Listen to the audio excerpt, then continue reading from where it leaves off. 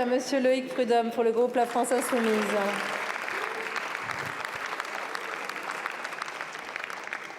Merci Madame la Présidente. Monsieur le Premier ministre, vous déclariez ici, il y a une semaine, avec assurance, vouloir faire rimer climat et croissance. C'était votre dernière trouvaille. Vous avez appelé ça l'écologie à la française.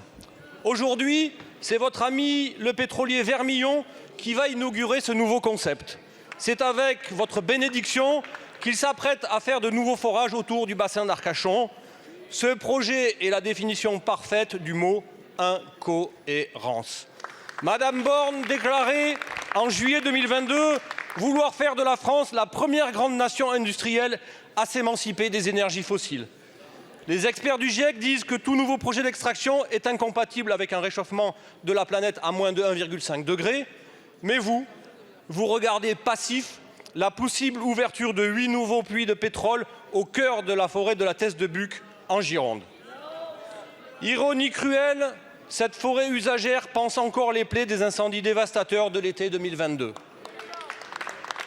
Vos arguments, je les connais. Mieux vaut du pétrole local que du pétrole importé. C'est donc ça, l'écologie à la française, que vous nous vantiez ici même la semaine dernière.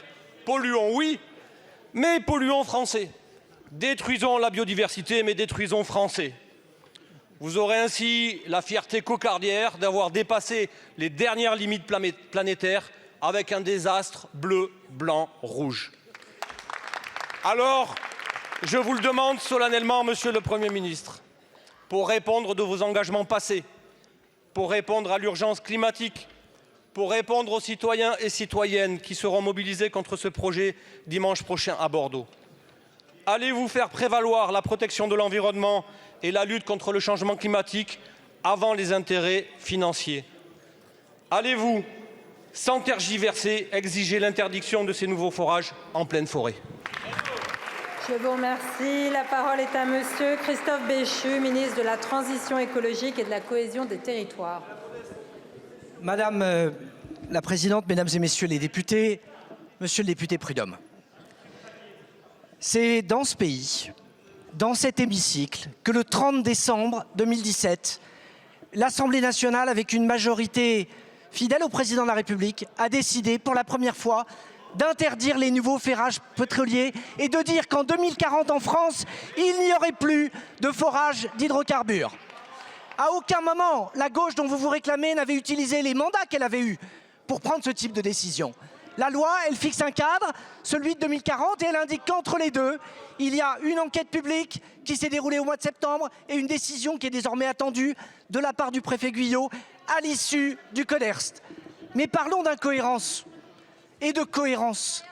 Il va falloir, Monsieur Prud'homme, que vous nous expliquiez où est votre cohérence quand la nôtre est précisément de sortir des énergies fossiles et d'assumer que c'est par davantage de renouvelables et de nucléaire qu'on arrivera à sortir des énergies fossiles. Vous êtes, vous, dans une position qui consiste à défendre à l'international les dictateurs qui proposent d'imposer au Guyana, au Venezuela, de nouveaux forages pétroliers à hauteur de 11 milliards de barils et à reprocher qu'en France, dans le cadre des lois existantes, des dépôts de demandes d'autorisation soient faits. Vous dénoncez de manière régulière l'inaction, mais quand on vous propose de voter des dispositifs, vous expliquez toujours que c'est trop peu ou que ça n'est pas assez. Soutenez la transition écologique à la française, assumez la relance du nucléaire, faites en sorte de nous accompagner sur les énergies renouvelables. Sortez de votre confort et de vos postures, parce qu'en la matière, il va être temps que vous alliez forer de nouvelles idées que celles que vous tentez de nous recycler. Merci beaucoup, Monsieur le ministre. La parole est à